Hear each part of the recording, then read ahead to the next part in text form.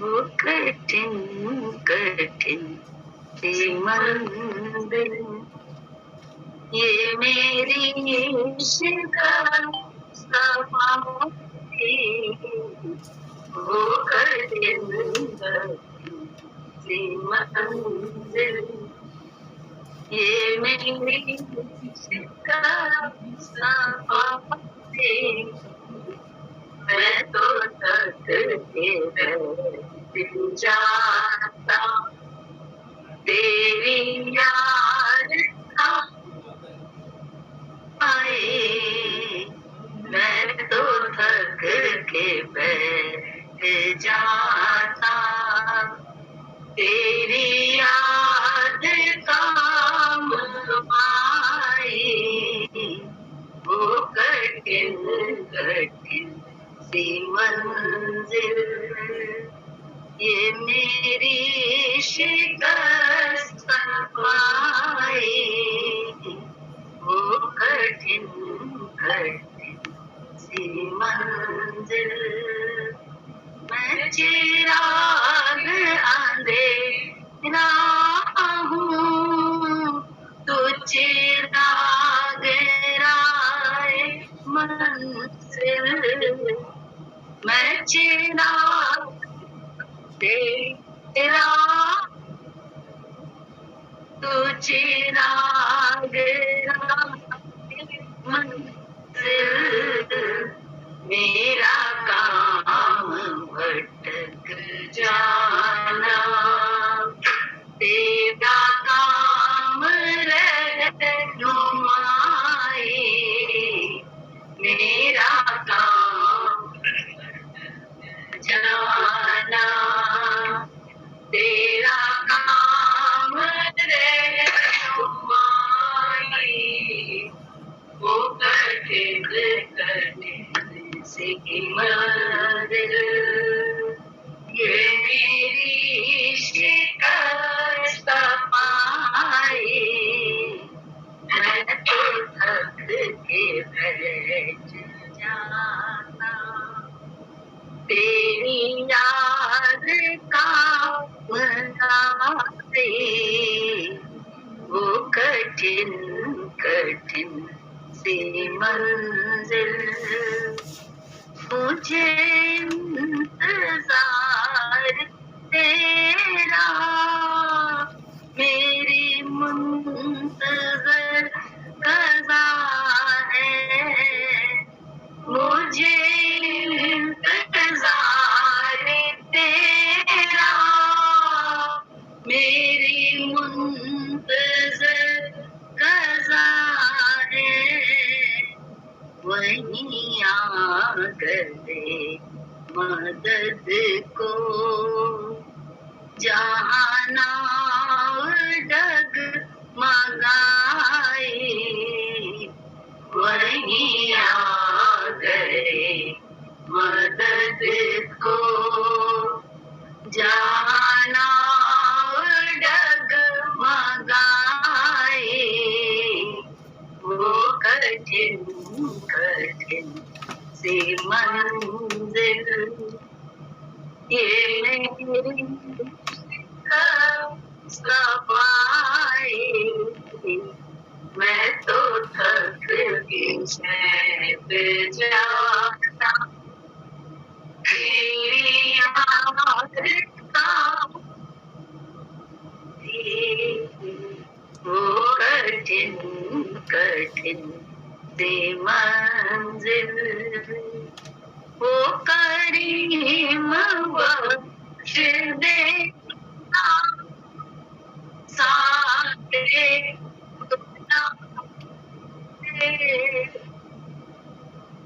वो करीम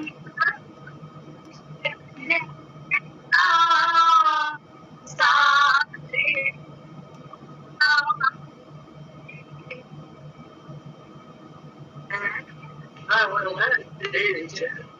तुझे गुरु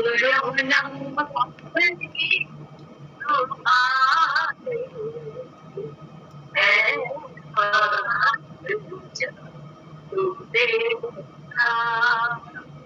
गुणगान दुआएं वो कठिन कठिन सी मंजिल ये मेरी शिकस्त पाई मैं तो थक के बैठ जाना तेरी याद का वो कठिन कठिन सी मंजिल। जैसा हम लोग के जीवन में ऐसा ही है ना, अगर गुरुजी न मिले होते तो हम लोग कभी विचार ही न कर पाते, कभी हताश हो जाते, निराश हो जाते अपने जीवन से। लेकिन गुरुजी ने कभी भी न हताश होने दिया, न निराश होने दिया। उन्हीं के विचार नहीं तो हर जगह उन्होंने अपनी उपस्थिति जता दी कि हर जगह मैं हूँ, इस जगह पे भी तो मैं हूँ, इस जगह पर भी तो मैं हूँ। चाहे वो उल्टा है, चाहे सीधा है, चाहे कम है, चाहे ज्यादा है, चाहे अच्छा है, चाहे बुरा, हर जगह अपनी उपस्थिति जता देते हैं। और जहाँ उनकी उपस्थिति दर्ज होती नहीं है, ये हमारे और आपके अंदर स्फूर्ति जाग जाती है। तो भगवान का नाम ही स्फूर्ति है, भगवान के नाम ही आशा है। आशाओं की झोली भर दे तो आशाओं की झोली, तू सर्व वरों का दाता है। और हमारी आशा कभी धूमिल नहीं होती, उम्मीद कभी खत्म नहीं होती। और जहाँ उम्मीद खत्म नहीं है वहीं तो जीवन है। सोच के देखो, जहाँ ऐसा क्यों हो रहा है, ये गलत है, ये सही है, ये करने लगते हैं, वहां पे तो हम कुछ हो जाते हैं। लेकिन जहाँ हम उम्मीद जगाते हैं वो है ना इस जगह पे भी। बस हमें धीरज में रहना है। धीरज, जैसे कहते हैं धीरज का बांध टूटता है। क्यों? क्योंकि हम उसको न प्रकट करके खुद को प्रकट करने लगते हैं। बोले उसको प्रकट होने दो। धीरज तभी चाहिए जब उसको प्रकट होने के लिए थोड़ा इंतजार करना पड़ता है। तो जब वो प्रकट हो जाता है, बस हमारी अंदर अधीरज आ जाता है, तो हम उसको चूक जाते हैं प्रकट करने से। विपरीत स्थिति में बोले चूकना नहीं है कहीं भी। विपरीतता जो भी है वो हमारे धीरज की परीक्षा है और कुछ नहीं है। तो इसलिए बार बार गुरु जी का बड़ा धन्यवाद निकलता है। ये सब जगह तुम ही तो हो, हर घटनाक्रम में तुम ही तो हो। चाहे कुछ हो रहा है जीवन में वो सब अच्छा है, क्योंकि सब जगह तुम हो। जहाँ तुम हो वहाँ सब अच्छा है, जहाँ तुम हो वहाँ सब अच्छा है। नहीं है? जॉली मासी हमें दिखा दो।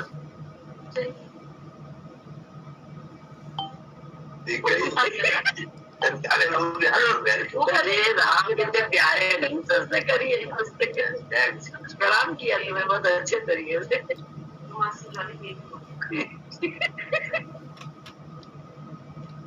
आज जॉली मौसी किताब पढ़ रही है, सुनना ध्यान से। अच्छा, जॉली मौसी अच्छी लगती है ना, ज्ञान दे रही है ना, तो तुम जो है ना ध्यान से सुनना आज। हाँ, ध्यान से सुनना, ज्ञान डर जाओगे जॉली मौसी से ज्ञान सुन सुन के। तुम कहते अच्छा कर्म करने पर भी बुरा मिलता है, तो तुम अहंकार में हो। तुमको इस बात का अहंकार है कि मैं अच्छा कर्म करता हूँ। अच्छे और बुरे की तुमको पहचान नहीं है। तुम किस वृत्ति से काम करते हो ये भगवान जानता है। हम यदि आज अच्छा बोएंगे तो पैदावार भी अच्छी होगी। हमने अपने खेत में भुट्टा बोया, बीच में छेद था, फिर भी बो दिया, नतीजा क्या हुआ? पेड़ भी बड़े, भुट्टे भी निकले, लेकिन उसमें दाने नाम मात्र को थे। इसका मतलब ये हुआ कि बीज खराब था, हमारी गलती थी, हमने बो दिया, नतीजा भी वैसा ही निकला। इसी प्रकार तुम्हारे अंतःकरण में बीज खराब पड़ेंगे तो फल भी बुरा निकलेगा। अतः अपने अंतःकरण रूपी खेत में अहंकार का बीज ना बोकर परमात्मा का बीज बो, जिससे तुममें भक्ति रूपी फल पैदा हो, तुम्हारा परिवार भी वे फल खा सके। तुम अहम में आकर मामा करते हो, जो भी अच्छा काम होता है वे भगवान द्वारा ही होता है। तुम खाली अहंकार में रहकर बोलते हो कि मैंने तो अच्छा किया और बुराई मिली। ये तुम्हारी अज्ञानता है। तुम जैसा कर्म करोगे वैसा ही फल मिलेगा। भगवान सबके कर्मों का निरीक्षण करके उसके कर्मों अनुसार न्याय करता है।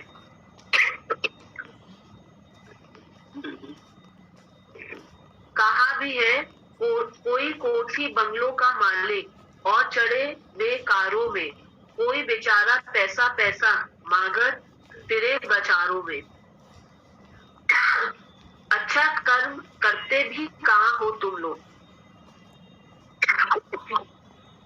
जो कर्म मूल से हो जाता है वही निष्काम कर्म कहलाता है। निष्काम कर्म बहुत बड़ी चीज है। करते करते चलते चलते भी मनुष्य भूल कर बैठता है और सकामता में आ जाता है। भगवान कृष्ण ने निष्काम कर्म की महत्ता बताते हुए कहा है,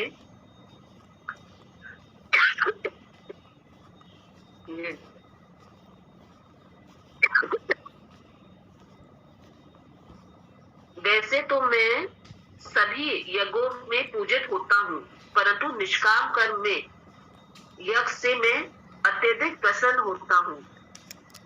इसलिए गुरु अपने विचारों पर चलाते हुए निष्काम कर्म करा देता है। ये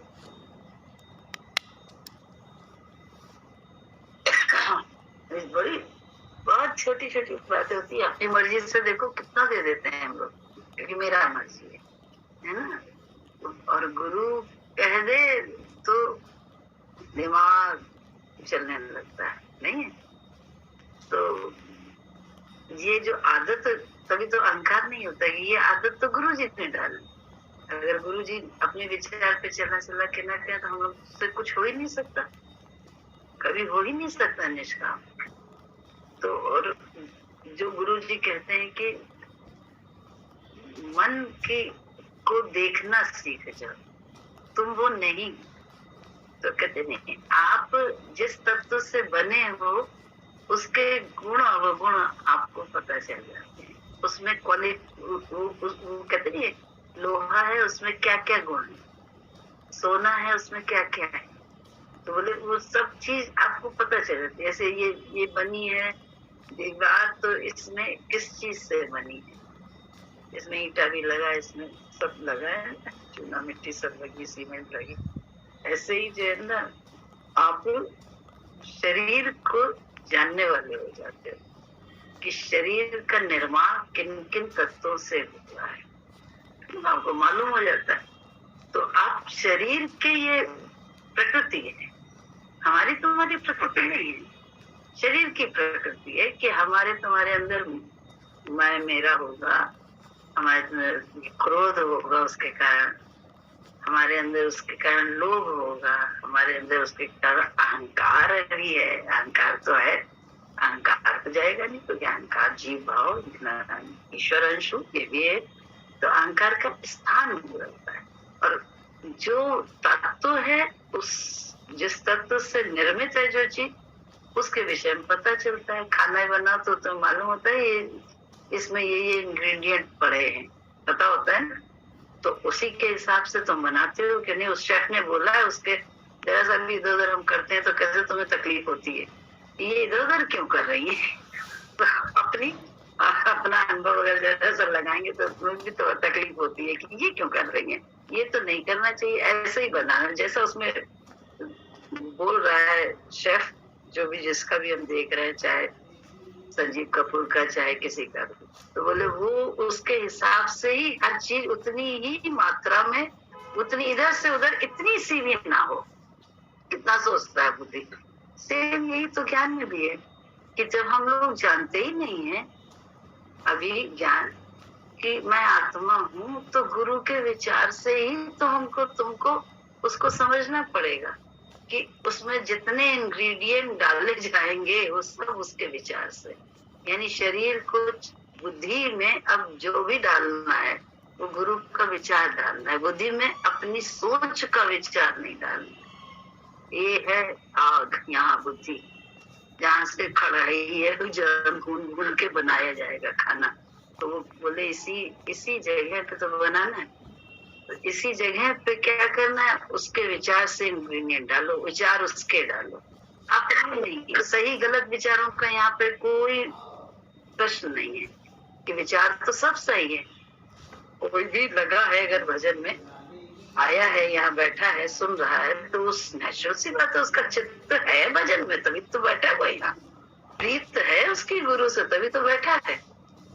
लेकिन अभी प्रीत में वो अपने को जान नहीं पा रहा है कि वो गुरु कह रहा है तू आत्मा है, हम लोग कह रहे हैं मैं शरीर हूँ, फलानी हूँ, ढंगानी हूँ, मैं उसी से बात कर रही हूँ, उसी से हमारा जन्मों की छोड़ दो, अभी से जब से जन्म और होश संभाला तब से तो हमें पता चल गया कि जैसे संस्कार हमें दिए गए, ये सही कर्म है, ये गलत कर्म है, ये अच्छा है, ये बुरा है, तो ये जो है ना सज्जनता है, ये दुर्जनता है, ये गलत विचार है, अच्छे विचार है दूसरे का करना, तो ये सब हमारे संस्कार ही तो हैं। लेकिन ये मेरे ही तो संस्कार हैं, इस बुद्धि बाहर के संस्कार मिले, शरीर से कैसे कैसे बरतना है वो सब मिले, किसी को मिल जाते हैं खराब, किसी को अच्छे मिल जाते हैं, इसलिए वो खराब दिखाई देता है। जहाँ देखो ना, एक बच्चे को कोई नहीं सिखाता, लेकिन उसको संस्कार जो होते हैं उसके, या वो जो है ना ऐसे अंदर ही अंदर वो जो है ना उसको कैसे मैं मेरी करना आ जाता है, ऑटोमेटिक आ जाएगा, सिखाना नहीं पड़ता है, उसे आ जाता है। तो ये सब क्या है, ये सब हमारी जन्मों से चली आ रही है, मैं शरीर में, जन्मों से हमें शरीर भाव में ही बंधे हुए। अब गुरु मिला तो उसने हमें आत्मा का ज्ञान दिया, तो एक्टिंग की तरह से हमें करना पड़ता है गुरु के विचार से। बस एक्टिंग करते करते भी एक दिन असल हो जाओगे। देखी नहीं थी, एक पिक्चर देखी थी, पता नहीं कौन सी थी, जिसमें जो है ना वो इलाज करते करते खुद पागल हो गई, खुद पागल हो गया या हो गई थी, ऐसा हुआ था, पागल का इलाज करते करते खुद पागल हो गई। तो क्यों? क्योंकि वहां पे भी शरीर भाव था इसलिए। लेकिन हम लोग के गुरु जो मिले तो उन्होंने क्या किया, तुम एक्टिंग करते करते कहाँ पहुंच जाओगी, आत्मा में, तुम अपने स्वरूप में टिक जाओगी, ये गुरु जी ने कहा है। सच्चे स्वरूप में काम भी वहीं से सब हो रहा है, लेकिन टिकाव नहीं है, टिकाव है 5 फुट के शरीर में। तो बोले उस शरीर से तो गुरु निकालने में लगा है, शरीर भाव से हमारी मैं को ही निकालने में लगा है। वो तो कुछ कर ही नहीं रहा है हमारे तुम्हारे साथ, चाहे वो मेरे साथ चाहे तेरे साथ, वो गुरु तक तो काम कर रहा है, हम तुम नहीं कर रहे हैं, गुरु तक तो काम कर रहा है हम सबके साथ। अब उसको प्रकट करके उसके विचार को अपना के जितना रहोगे उतना वो दिखने लगेगा, उतना तुम्हें अपने भी दर्शन होने लगेंगे अहंकार के, नहीं तो दर्शन ही नहीं होंगे। मन कहेगा अरे इसमें क्या गलत, इसमें क्या सही, इसमें क्या, दुखी भी होएगा कि हमने तो इतना अच्छा किया लेकिन उसके बाद भी किसी ने समझा नहीं, और जब किसी ने छोड़ो सबसे पहले तो गुरु ने नहीं समझा, ऐसा मन दुखी हो जाता है कि और किसी से क्या गिला शिकवा करो जब तुम नहीं समझ रहे। तो गुरु समझने लगता है जहां हम अपने मन को दृष्टा बन जाते हैं, अपने मन के, गुरु जो मन हमें दिखा रहा है उसके हम भी दृष्टा बन जाते हैं, हम भी उसको देखने वाले बन जाते हैं, हम हम उसके साथ मिलके कर्म करने वाले नहीं, हम गुरु के साथ मिलके, गुरु के विचार से मिलके कर्म करते हैं और मन के दृष्टा हो गए। तो मन के दृष्टा ही तो बन रहा है, और क्या कर रहा है सोच के देखो। और जितना जितना तुम मन के दृष्टा हो जाओगे उतना उतना तुम अपने को क्या करोगे, आत्मा में टिक के शांति और आनंद ही पाने वाले हो, प्रेम ही पाने वाले हो। संसार का सारा मलिदा हमारे तुम्हारे हिस्से में ही आने वाला है, ये भी बता दें। लेकिन वही है, अभ्यास तो करना पड़ता है। स्वीकृति में आया ये बड़ी अच्छी बात है, लेकिन अभ्यास तो अभी भी बाकी है। अभ्यास तो बाकी है, ये तू करने का अभ्यास तो भी बाकी है। तो खत्म बातों से नहीं बात होती है, प्रैक्टिकल चलना पड़ता है। तुम पढ़ो।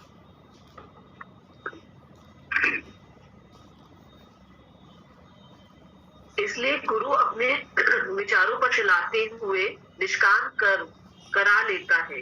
भगवान इंसाफ है, भगवान के जैसा इंसाफ वाला ना हुआ है ना आगे होगा। तुमने भगवान को दोष लगाया, तुम बहुत अच्छा कर्म करते हो, फिर भी भगवान खुश नहीं होता, बुराई मिलती है। इसका कारण कभी कभी तुमने नहीं समझा।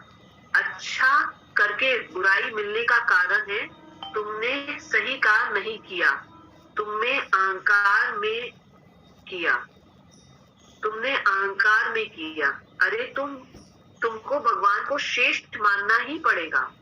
हमारे कर्म इतने बुरे हैं कि सड़क चलते पाप होते हैं। सड़क पर चलते चलते राह में कितने कीड़े पैरों में दब जाते हैं। दही खाते हैं, उसमें कितने कीड़े पेट में जाते हैं। हमसे अनजाने में कितनी हत्या हो जाती है, पर वे माफ कर देता है। भगवान का नाम इसलिए पतित पावन दीन दयालु पड़ा है।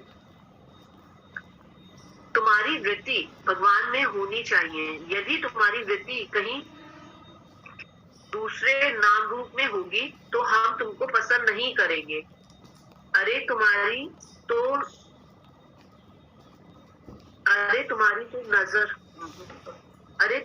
तो नजर लाश पर होती है, अंदर परमात्मा है, उस पर नजर नहीं जाती। लाश मीन्स नाम रूप। अरे परमात्मा है, उस पर नजर नहीं जाती, वरन लाश पर नजर छट चली जाती है। ये जगत के जितने भी नाम रूप हैं लाश ही हैं। आज नहीं तो कल लाश बन ही जाएंगी। अतः इन पर से अपनी नजर हटाकर भगवान में लगाओ। आज हम तुम्हें से किसी से भी खुश नहीं। इसका क्या कारण है? इसका एक ही कारण है, तुम्हारे मन कर्म वचन से एक वृत्ति नहीं है। गरीबी, बीमारी आदि अवस्थाएं का प्रभाव तुम पर तभी पड़ता है जब तुम सही भजन नहीं करते। तुमको अपना दर्शन करना है, यानी कि जो तुम्हारे घर अंदर में प्रभु है उसका दर्शन करना है, मेरा नहीं। हाँ, अपने ही ईश्वरत्व का दर्शन करना है, दूसरे का नहीं। और गुरु जी के द्वारा ही ये हो सकता है, इसके बिना कुछ मार्ग ही नहीं है। हम लोग बातें ना, चोला मिला है कर्म का, करने को सौदा धर्म का, इसके सिवा न मार्ग कोई। तो धर्म कैसे होगा? धर्म यही है, गुरु हमारा धर्म है। तो गुरु का चोला जो हमारे साथ है वो सिर्फ हमें चोला मिलाई है कि हम भी अपने गुरुत्व को प्राप्त कर लें, अपने ईश्वर को प्राप्त कर, ईश तत्व को प्राप्त कर, देह तत्व से थोड़ा सा बच जाए। बचते रहेंगे गुरु की कृपा से, गुरु की नजर से, तो अपने आप अपने ईश तत्व को, गुरु तत्व को एक दिन पालेंगे। एक दिन पालेंगे। बोले नहीं यहाँ बचे, यहाँ फिर आ गए, फिर पैदा कर लिया, तो क्या अब तो मुश्किल हो जाएगी। तो ना, अभ्यास तो अभ्यास है, अनवरत, बिना एक क्षण भी, एक सांस भी व्यर्थ न गवाए। जब साथ में हो तब एक सांस भी व्यर्थ न गवाए। गुरु मति इतनी अपना है, मन मति से हटे, साथ का लाभ यही है, और यही गुरु जी ने कराया, तो उसी से गुरु जी को आज तक धन्यवाद देते हैं कि तुमने उल्टी जगह भी अपने विचार पे चला चला के सब सीधा कर रहे थे। दर्शन ही सीधा कराने के लिए सब, सारा सीधा ही तो दर्शन हो गया, सब सीधा हो गया ना। सब सीधा क्या लगने लगा, तो दुनिया सीधी भी उल्टी लगती, खराब लगते हैं, अपने भी खराब लगते हैं, पराये तो छोड़ो अपने भी खराब लगते हैं। अभी गुरु जी ने क्या किया, अपने विचार पे चला चला के इतना अभ्यास तो भी क्या चल लिए तो क्या हो गया, अभ्यास तो अभी भी करना है, कर ही रहे, अंतिम सांस तक अभ्यास चलेगा। लेकिन कितना अंदर मिलने लगा, अंदर क्या शांति, आनंद, धीरज, प्रेम, सब कितना मिलता है, सोच कर देखो, अंदर ही मिलेगा सब। बोले अगर चाहते हो कुछ महत्व तो फिर ये तो करना ही पड़ेगा। हाँ पढ़ो। तुम्हारा हमारा तो विषय ही अलग है। हम भगवान की बात करते हैं तो तुम जगत के सुख दुख, घर परिवार की बात करते हो। तुम हमसे सांसारिक बातें मत पूछो, तुम हमसे मन के विषय में प्रश्न करो तो हम तुम्हारे से पूछे। मन कभी ना बताएगा, मन तो अपना अच्छा बताएगा, और प्रश्न पूछेगा कि ये अच्छा कर्म करने जा रहे हो तो करने को गुरुजी ने हम लोग को कब मना किया है, करो ना, उसके लिए पूछने की क्या जरूरत है, वो तो हमारी तुम्हारी आदत है ही नहीं। भगवान की कृपा से सतोगुड़ी थोड़ी सी माया सवार है हम पे तुम पे, तो हम जरा सा कर लेते हैं, तो उसके लिए पूछना क्या, वो तो करना ही चाहिए, बोले उसके लिए पूछ रहे हो गुरु से। मन कभी ना बताते हो आके, मन क्या क्या धूर्तता कर रहा है। जब बोलेगा तो मन के साथ मिलके गंदगी से बोलेगा, आपने ये नहीं किया, आपने वो नहीं किया, जो कह रहे हैं आपने ये नहीं किया, आपने वो नहीं किया, आप ऐसा कर रहे हैं, इट मीन्स वो कहाँ है, इसको तो गड़बड़ लग रही है गुरु।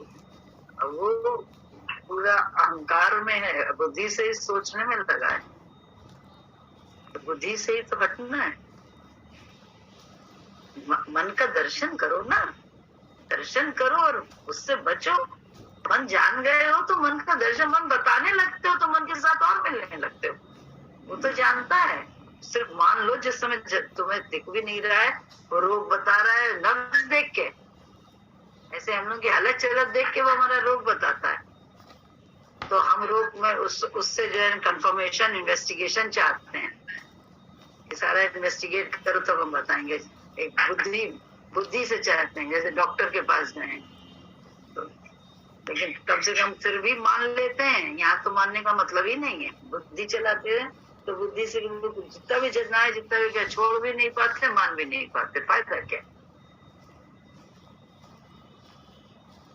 अरे बैठे हो तो कम से कम लाभ लो, उस स्कूल में जाओ, क्लास में बैठे भी रहो, पढ़ाई न करो, मूर्खी तो हो जाओगे तुम्हें, और हम कुछ नहीं पढ़ पाएंगे, क्या फायदा। तो बोले गए हो 8 घंटा 7 घंटा स्कूल में देने ही है, तो कम से कम क्लास में पढ़ाई कर लो। अभी तो खेल भी नहीं सकते, कुछ नहीं कर सकते कि मास्टर की आंख है, तो उस समय का सदुपयोग कर लेते हैं। विवेक की अविवेक की उसका दुरुपयोग करे रहते हैं कि उस समय भी वो कुछ ना कुछ नजर बचा के कहीं खिड़की से बाहर जो है ना कुछ कंकड़ फेंकेंगे, कुछ पर्चा फेंकेंगे, कुछ ये करेंगे, कुछ खाएंगे निकाल के, कुछ ना कुछ करते रहते हैं। जो मूर्ख होते हैं, नादान, वो यही करते रहते हैं। बोले वो नादानी तो छोड़नी है। हम बैठे भी हैं क्लास में तो हम कम से कम इस समय गुरुमुख हो जाएं। साथ भी कर रहे हैं तो गुरुमुखता से, मन मुक्ता से नहीं साथ कर रहे हैं, तो हमारी आदत पड़ जाएगी, आदत पड़ जाएगी। अब मन और ज्ञानी होगा, मन हम जानने लगे, इसलिए मन की बात हम बता रहे हैं, मन अपना खोल रहे हैं, तो फिर उसको कब जानोगे कि वो कितना जानने वाला है, और उसके विचार पे चलोगे तो अपने मन का दर्शन भी कर पाओगे, देख पाओगे कि कैसा नफ्स देख के अलग चलत को पकड़ लेता है। ऐसे गुरुजी हैं, ये गुरु तत्व है। व्यक्ति की नहीं करता है, हमारी तुम्हारी श्रद्धा से वो मेरे तेरे में प्रकट होके काम करता है। यहाँ मेरी श्रद्धा मेरे में प्रकट हुआ, तेरी श्रद्धा से मेरे में प्रकट हो जाएगा, कौन सी दिक्कत है? लेकिन करेगा तो वो श्रद्धा से ही प्रकट होगा, ऐसे थोड़ा ना हो जाएगा।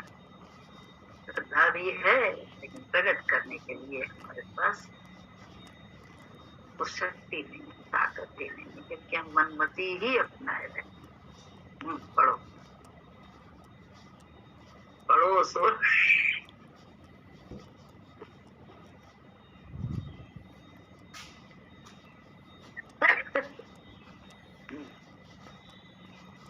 तुम्हारी नजर पैसे पे रहती है, अरे भगवान पर नजर रखो तो पैसा तो अपने आप ही मिल जाता है। भगवान पर भरोसा रखता है, उसका करता धरता भरता भगवान हो जाता है, परंतु शर्त ये है कि पूर्ण विश्वास हो, जरा भी मन डगमगाएगा नहीं। इस प्रसंग में एक कहानी बताते हैं। एक बार स्वामी विवेकानंद के गुरु स्वामी रामकृष्ण 2 दिन तक भूखे रहे। अचानक उनके नाम 20 रुपए का मनी ऑर्डर आया। पता चला विश्वनाथ ने बनारस से भेजा है। जब उन्होंने विवेकानंद से बताया 2 दिन से भोजन नहीं किया था, तो स्वामी विवेकानंद ने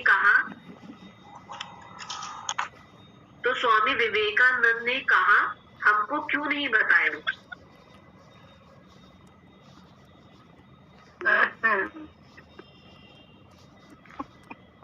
तब स्वामी रामकृष्ण बोले, अरे विश्वनाथ बाबा भेज देते हैं, हमको मालूम है, तो किससे मांगता? बोले बता देता, हमको बता देते तो जल्दी से काम हो जाता। अगर तुमको बता दे तो फिर काम कैसे भगवान करेगा? कैसे तुम्हें दिखाएं कि कैसे भगवान जी करते हैं? तो ऐसा नहीं है, वो तो हाथ बढ़ाओ काम हाजिर है, बात हो सकती है 1 सेकेंड में, लेकिन नहीं। गुरु को प्रकट करने के लिए थोड़ा सा अपने इंद्रियों को संभालना पड़ता है। तो वो धीरज में थोड़ा दो काम करने, एक धीरज और एक संभाल, तब गुरु प्रकट होता है। फिर उसका जलवा देखो कैसा होता है, फिर उस पर विश्वास होता है, यार तुम तो हर जगह हो, जहाँ ना कोई पहुंच सके, बिना उसके वहां तुम पहुंच जाते हो, बिना मेहनत के सिर्फ ऐसे ही। ऐसा है वो। हमको अच्छा है तुम पढ़ाते हो। इसी तरह जब तुम विश्वनाथ में ध्यान दोगे तो विश्वनाथ अवश्य देगा। तुम तो अपने बल पर ध्यान देते हो, उस परमात्मा पर ध्यान रखो तो वे अवश्य देगा। यही हमको भगवान भव सागर से पार होना है। यदि हमको भव सागर से पार होना है तो गुरु की एक एक बात को ब्रह्म वाक्य समझकर माने। जय भगवान जी के। टाइम हो गया, उसने बंद कर दिया अपना लास्ट वाला लाइन पढ़ के।